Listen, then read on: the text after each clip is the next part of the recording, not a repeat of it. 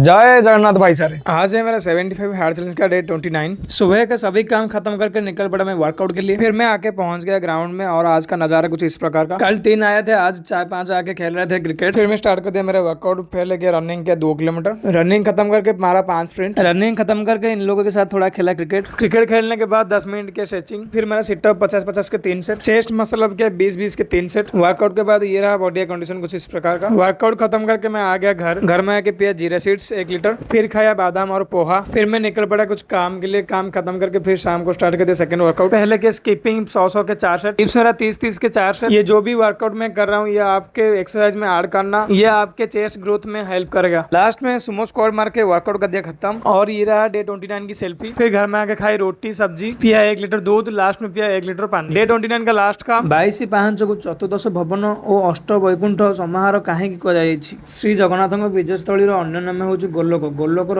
ଅର୍ଦ୍ଧ ଦେଶରେ ଅଷ୍ଟ ବୈକୁଣ୍ଠ ଓ ତାର ଅର୍ଦ୍ଧ ଦେଶରେ ଚତୁର୍ଦ୍ଦଶ ଭୁବନ। ହିରଣ୍ୟ ଗର୍ତ୍ତ ହେଉଛି ମହାପ୍ରଭୁଙ୍କ ପଦ୍ମାସନ। ରତ୍ନବେଦୀକୁ ଯିବାକୁ ହେଲେ ଚତୁର୍ଦ୍ଦଶ ଭୁବନ ଏବଂ ଅଷ୍ଟ ବୈକୁଣ୍ଠ ଅତିକ୍ରମ କରି ଯିବାକୁ ହୋଇଥାଏ। ତେଣୁ 22 ପାହାଚ ହେଉଛି ଚତୁର୍ଦ୍ଦଶ ଭୁବନ ଓ ଅଷ୍ଟ ବୈକୁଣ୍ଠ ସମାହାର।